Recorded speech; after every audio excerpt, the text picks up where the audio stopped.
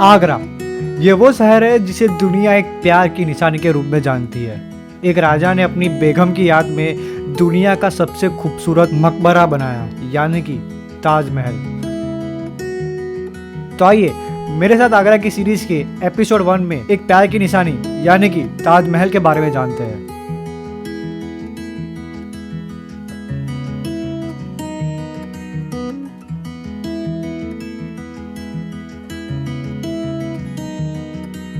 Welcome back to channel Roll Travel. मेरा नाम रोशन उपाध्याय है।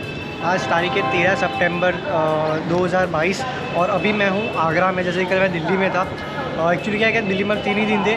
पहले दिन हम पहुँचे, दूसरे दिन एक फंक्शन अटेंड करना था और बाद में हम थर्ड डे पे अच्छे से थोड़ा घूमे, इंडिया गेट, कर्तव्य पथ। और अभी मैं एक्चुअली हमारा अहमदाबाद जाने का ही प्लान था, पर हमने सोचा कि क्यों ना अभी आगरा सिर्फ 2 ही घंटे की दूरी है तो आगरा भी एक्सप्लोर कर ही लेते, क्योंकि मुझे पता नहीं कि मैं इस रूट पे वापस आऊँगा कि नहीं आऊँगा। तो अभी करीबन 6:30 हो चुके हैं और ऑब्वियसली बात, अगर आप आगरा आओगे तो ताजमहल तो देखोगी। तो ताजमहल की एक्चुअली ऑनलाइन टिकट होती है जो मैंने कल ही निकाल दी थी, जो यहाँ पे कुछ आ रहा होगा। एक्चुअली मुझे भी याद नहीं है कि कितने की ली थी, तो यहाँ पे कुछ स्क्रीनशॉट आ जाएंगे तो आप देख सकते हो। तो आगरा पे एक्चुअली मेरे पापा ने यहाँ पे रेलवे पे रूम ले लिया था, तो काफ़ी अच्छा रूम है, एसी रूम है। और अभी तक मैं सही बताऊँ ना तो मुझे जितना भी मैं एक्चुअली ट्रैवल किया, मुझे सबसे अच्छा रूम आगरा का लगा है। काफ़ी सही रूम है। तो एक्चुअली मैंने कल गूगल पे देखा था कि कितने बजे ओपन होता है ताजमहल, तो लिखा था 7 बजे। ताजमहल देखने के लिए एक्चुअली ताजमहल नहीं देखना और भी बाकी सारी चीज़ें देखनी है, पर एक बार ताजमहल हो जाएगा ना तो फिर कोई दिक्कत नहीं होगी।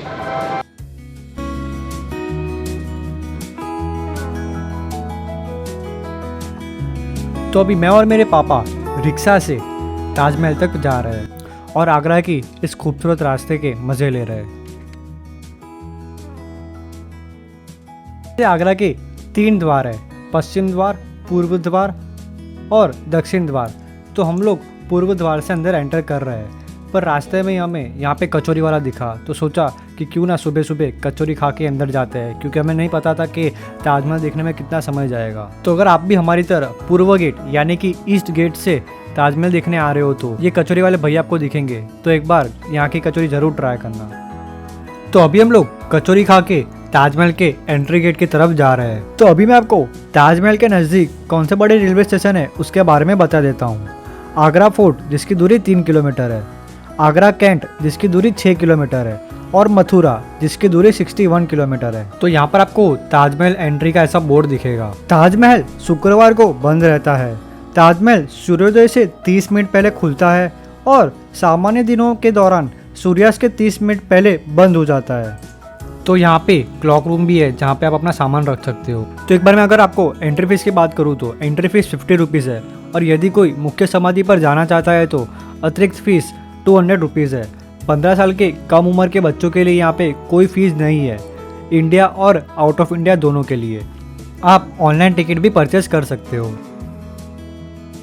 तो चेकिंग हो गई एक्चुअली, सारा सामान मतलब एक एक चीज़ चेक करी और मेरे पास जो ट्राइपॉड था वो ले जाने नहीं दिया। बस एक्चुअली मेरे पास Insta360 की स्टिक थी, तो उन्होंने बोला कि हाँ ये सेल्फी स्टिक जैसा तो लेके जाओ।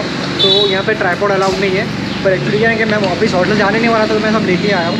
तो ज़्यादा भी जो भी सारा सामान है बाहर रखवा दिया है। Insta360 की जो स्टिक थी बस मुझे वो ले जाने दी है। जो पानी की बॉटल्स हो गई वो ले जाने देंगे, पर नाश्ते से कुछ कैरी नहीं करने देंगे। तो कुछ फ़ोटोज़ हैं यहाँ पे 1874, 1878, 1882।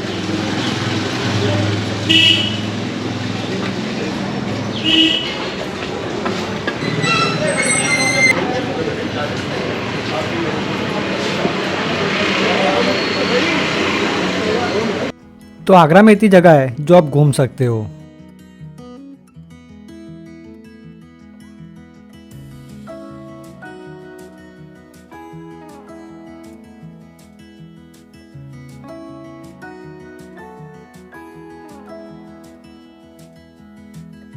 तो अगर आप आते हो तो ये सब जगह घूम सकते हो। पता नहीं कि घूमेंगे कि नहीं, पर अगर आप आते हो आगरा तो ये सब जगह मैंने आपको दिखा दिया, तो आप घूम सकते हो।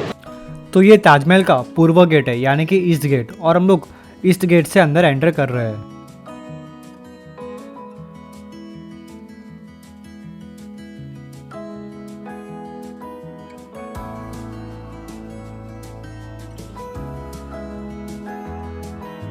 Gate, east gate, south, waste.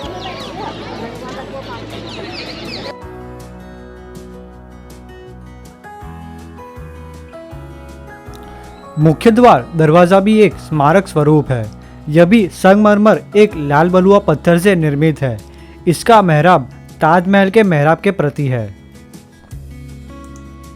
तो यहाँ पर भी ताजमहल की स्टोरी इंग्लिश और हिंदी में लिखी है, पर मैं आपको आगे स्टोरी बताने वाला हूँ। पर अगर आपको पढ़नी है तो आप पॉज करके पढ़ सकते हो। वैसे आप कोई भी गेट से आओ, पर ये ताजमहल का मुख्य गेट है जहाँ से आप एंटर करोगे, और ये काफ़ी ज़्यादा खूबसूरत लग रहा है। और अभी हम लोग ताजमहल के मेन एंट्रेंस में एंटर कर रहे हैं।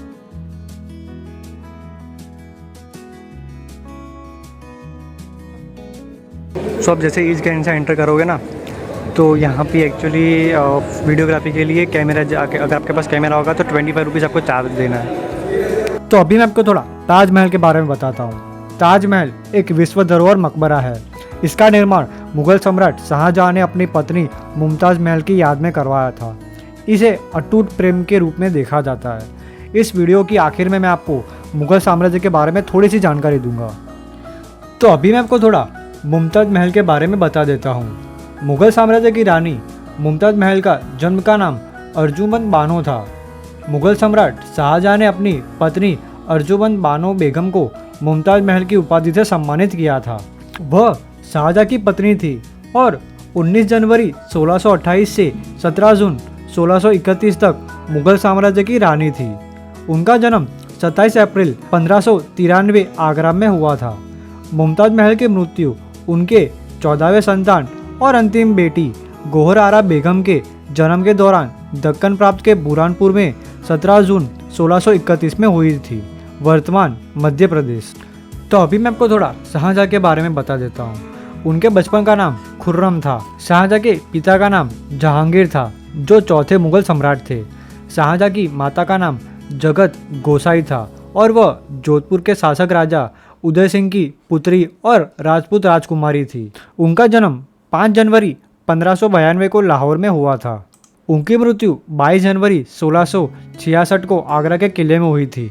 तब उनकी उम्र 74 वर्ष थी। तो काफ़ी अच्छा गार्डन बनाया हुआ है।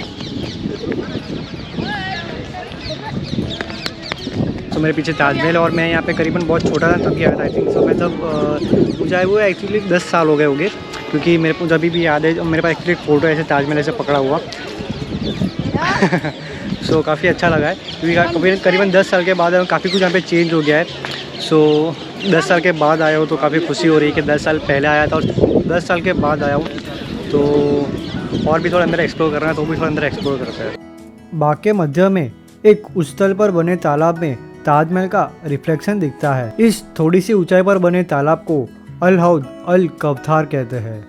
यह मकबरे एवं मुख्य द्वार के मध्य में बना है।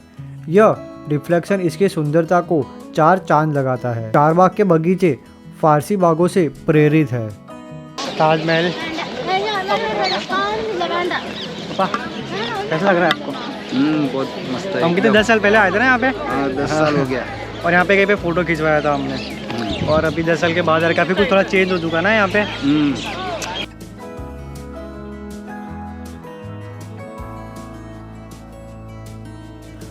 तो अभी मैं आपको थोड़ा ताजमहल के बारे में बताता हूँ। ताजमहल का निर्माण 1632 से 1653 तक हुआ था।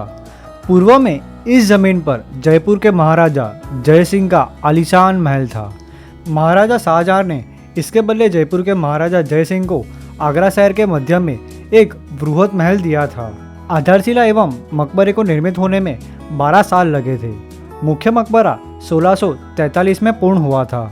शेष इमारत एवं भागों को अगले 10 वर्षों में पूर्ण किया गया। इनमें पहले मीनारे, फिर मस्जिद, फिर जवाब एवं अंत में मुख्य द्वार बने। क्योंकि यह समूह कई अवस्थाओं में बना, इसलिए इसकी निर्माण समाप्ति तिथि में कई भिन्नताएं हैं। ताजमहल को संपूर्ण भारत एवं एशिया से लाई गई सामग्री से निर्मित किया गया था। पराबासी क्षेत्र संगमरमर पत्थर को राजस्थान मकराना से लाया गया था।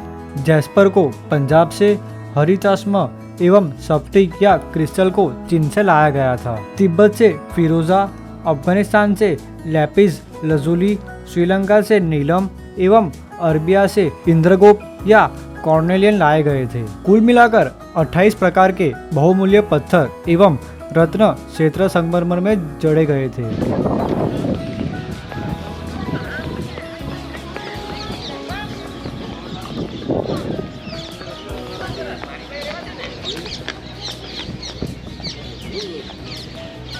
यहाँ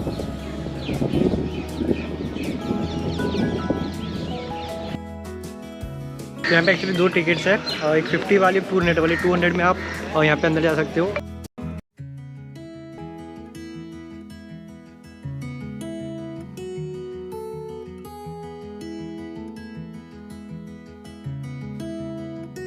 तो यहाँ पे एक काउंटर भी है। एक्चुअली मुझे लगा कि बाहर तक मतलब आपको आने देंगे, पर आपको यहाँ तक तो आने ही देंगे, पर अगर आपको अंदर भी जाना है ना तो आपको यहाँ से 200 रुपीज़ की अलग से आपको टिकट परचेस करनी होगी अगर आपको अंदर जाना हो तो, जहाँ से आप वहाँ पे टिकट परचेस कर सकते हो। टिकट काउंटर है 200 रुपीज़ के। अगर आप अंदर आके आपको नहीं पता कि ऐसे 200 रुपीज़ के लिए आपको टिकट लेनी होती है तो आप यहाँ पे अंदर आके भी परचेस कर सकते हो टिकट। तो आप यहाँ से चढ़ के ऊपर आके ये पूरा थोड़ा एक्सप्लोर कर सकते हो। तो यहाँ पर भी बोर्ड है कि जिन्होंने 200 रुपीज़ वाली टिकट ली है उनको यहाँ पे अंदर एंट्री है। तो यहाँ पे एक्चुअली ऐसे शू कवर, अगर आपको अंदर जाना हो तो ऐसे शू कवर देते हैं जो आपको पहनने होते हैं, क्योंकि ताजमहल गंदा ना हो इसकी वजह से। टिकट काउंटर है, वहाँ पे आपको बाहर मिल जाएगा, करीबन 10 रुपीज़ के आते हैं, वरना यहाँ पे अंदर भी थे तो वहाँ से भी आप परचेस कर सकते हो।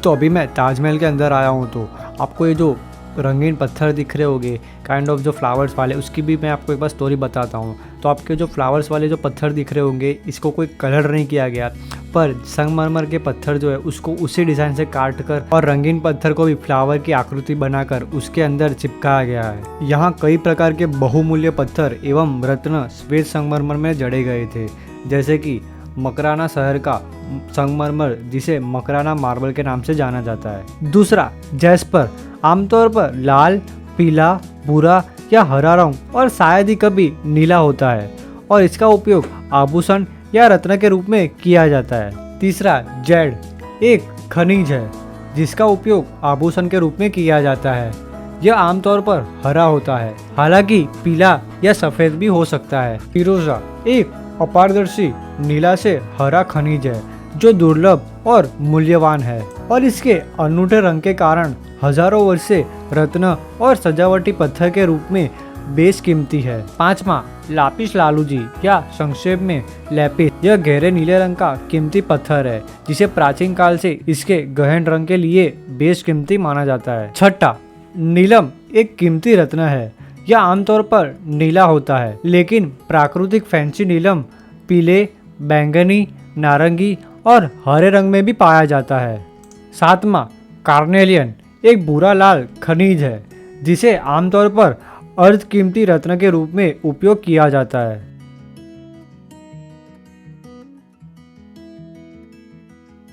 तो यहाँ पे आप बाहर तो वीडियोग्राफी कर सकते हो, पर अंदर कोई भी वीडियोग्राफी अलाउड नहीं है।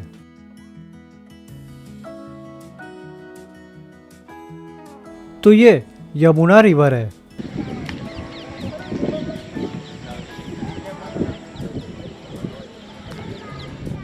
तो काफ़ी अच्छे से अंदर घूम लें। अंदर क्या है ना कि वीडियोग्राफी ऐसा कुछ भी अलाउड नहीं था, पर काफ़ी अच्छा लगा, क्योंकि एक एक चीज़ यहाँ पे मतलब मैं एक्चुअली इतने सारे फोर्ट सब कुछ घुमाऊँ, पर कह सकते हैं कि ताजमहल की जो कारीगरी है ना वो काफ़ी मुझे अच्छी लगी। मतलब हर एक चीज़ इतनी बारीकी से की, पर अंदर एक्चुअली फ़ोटोग्राफी बिल्कुल भी मतलब अलाउड ही नहीं है, पर आप बाहर से एक्चुअली फ़ोटोग्राफी और वीडियोग्राफी कर सकते हो।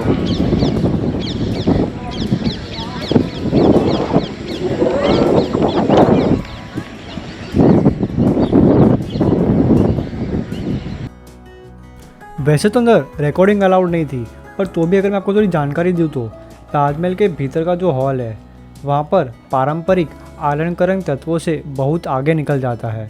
यहाँ की जड़ाई का काम पाचुनरी नहीं है, बल्कि कीमती पत्थरों और रत्नों की एक लैपिडरी कला है। 8 संगमरमर के फलकों से बनी जालियों को अष्टकोण कब्रों से घिरे हुए है। कब्र ताजमहल के पूरे परिसर का मुख्य आकर्षण का केंद्र है। मुख्य कक्ष में मुमताज महल और शाहजहां की झूठी ताबूत है। वास्तविक कब्रें निचले स्तर पर है। निचले स्तर पे मुमताज महल दाएं और शाहजहां बाएं की वास्तविक कब्र है। सबसे शानदार विशेषता संगमरमर का गुम्बद है जो मकबरे के ऊपर है। गुम्बद लगभग 35 मीटर यानी कि 115 फीट ऊंचा है।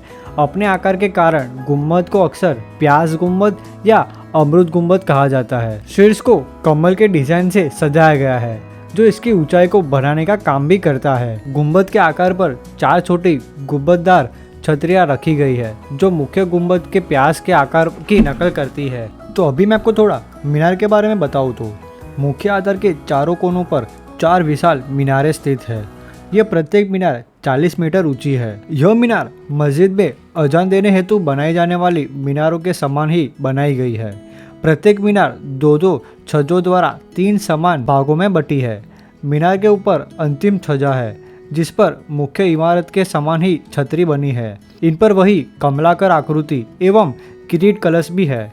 इन मीनार में एक खास बात है, यह चारों बाहर की ओर हल्की सी झुकी हुई है जिससे कि कभी गिरने की स्थिति में यह बाहर की ओर ही गिरे एवं मुख्य इमारत को कोई क्षति ना पहुंच सके। तो अभी मैं आपको थोड़ा शिखर कलश के बारे में बताता हूँ। मुख्य गुम्बद के मुकुट पर कलश है। यह शिखर कलश आरंभिक ईस्वी सन 1800 तक स्वर्ण का था और अब यह कांसे का बना है। किरीट कलश फारसी और हिंदू वास्तुकला के तत्वों का एक संयोजन है। इस तरह के कलश हिंदू मंदिर के शिखर पर भी पाए जाते हैं। इस कलश पर चंद्रमा बना है जिसकी नोक स्वर्ग की ओर इशारा करती है। ऐसी संरचना के कारण चंद्रमा और कलश के किनारे एक त्रिशूल आकार बनता है जो हिंदू भगवान शिव का हथियार है।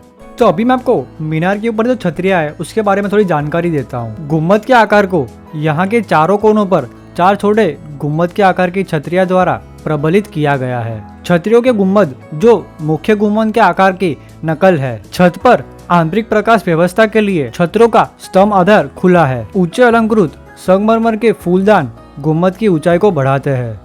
ताजमहल में पाया गया सुलेख फ्लोरेट थुलुत लिपि का है। यह फारसी लेखक अमानत खान की रचना है। अधिकांश सुलेख सफेद संगमरमर की जड़े में जैस्पर या काले संगमरमर को जोड़कर किया हुआ है। नीचे से देखे जाने पर तिरछा प्रभाव को कम करने के लिए उच्च पैनल थोड़ी बड़ी लिपि में लिखी गई है। ताजमहल घूम लिया है, अभी बाकी की कुछ जगह पे घूमते हैं और काफ़ी अच्छा एक्सपीरियंस था। करीबन अभी 9:31 है, मतलब 1 घंटे का ऊपर ही हो गया होगा। तो काफ़ी अच्छा एक्सपीरियंस था।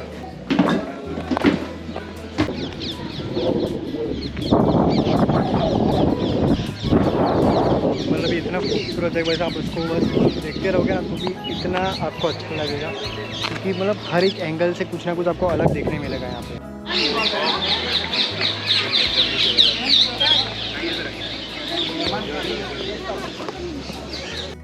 यहाँ 2 विशाल लाल बलुआ पत्थर की इमारतें हैं जो कि मकबरे की ओर सामना किए हुए हैं एवं दोनों एक दूसरे की प्रतिबिंब आकृति है। पश्चिम की इमारत एक मस्जिद है जो टिकट काउंटर के पास में स्थित है एवं पूर्वी इमारत को जवाब कहते हैं जिसका प्राथमिक उद्देश्य वास्तु संतुलन है एवं मेहमान कक्ष है।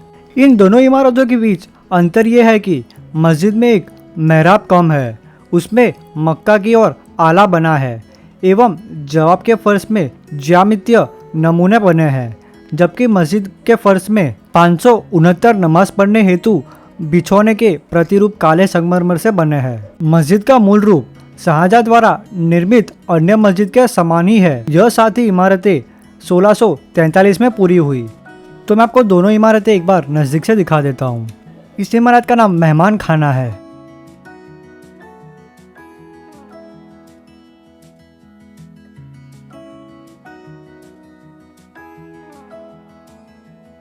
और इस लाल पत्थर पे काफी अच्छे से कारीगरी की हुई है।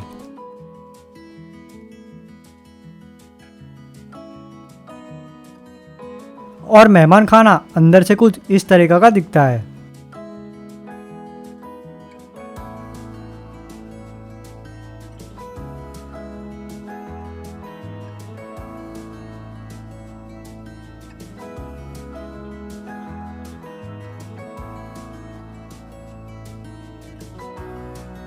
और दूसरी इमारत मस्जिद है।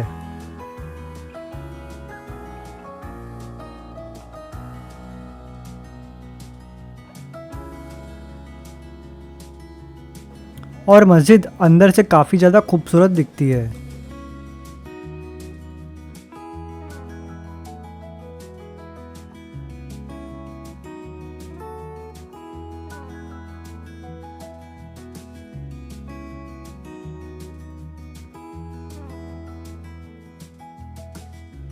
तो अभी मैं आपको थोड़ा ताजमहल के बारे में और जानकारी दूँ तो उस्ताद अहमद लाहौरी जी ताजमहल के प्रधान वास्तुकार थे, यानी कि आर्किटेक्चर। ताजमहल मुमताज़ महल के लिए बनाया गया था। क्षेत्र करीब 17 हेक्टर 42 एकड़ में करीब फैला हुआ था। 1631 से 1653 तक ताजमहल को बनाया गया था, मतलब करीब 22 साल लगे ताजमहल को बनने में। 20,000 कारीगरों के द्वारा ताजमहल बनाया गया था। स्थापत्य शैली मुगल वास्तुकला। Night viewing of the Taj Mahal. Full moon nights के दौरान ताजमहल का दर्शन। ताजमहल के रात्रि दर्शन महीने में 5 दिन यानी पूर्णिमा की रात और पूर्णिमा से 2 रात पहले और पूर्णिमा के 2 रात बाद देखने को मिलता है। हर शुक्रवार और रमज़ान के महीने में ताजमहल का रात्रि दर्शन बंद रहता है। तो अभी मैं अगर आपको थोड़ा मुग़ल साम्राज्य के बारे में बताऊँ तो बादशाह बाबर मुग़ल साम्राज्य के स्थापक और प्रथम शासक थे। बादशाह बाबर का जन्म फरगना वादी के अंदीजान नामक शहर में हुआ था, जो अब उज़्बेकिस्तान में है। 21 अप्रैल 1526 में इन्होंने पानीपत के मैदान में दिल्ली सल्तनत की अंतिम सुल्तान इब्राहिम लोदी को हराकर मुग़ल साम्राज्य की नींव रखी। 1526 में स्थापित मुग़ल साम्राज्य 1857 तक रहा। 1526 से 1530 तक बादशाह बाबर मुग़ल साम्राज्य के पहले बादशाह थे। 1837 से 1857 तक बादशाह बहादुर शाह द्वितीय मुग़ल साम्राज्य के आखिरी बादशाह थे।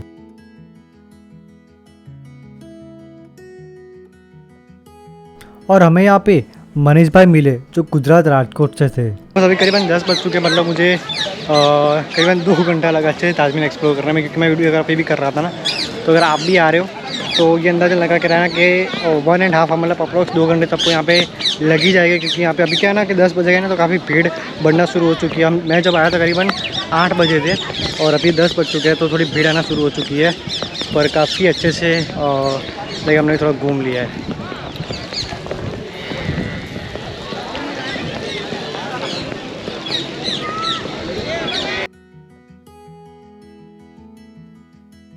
तो अभी हम लोग पूर्वी गेट यानी कि ईस्ट गेट से बाहर निकल चुके हैं।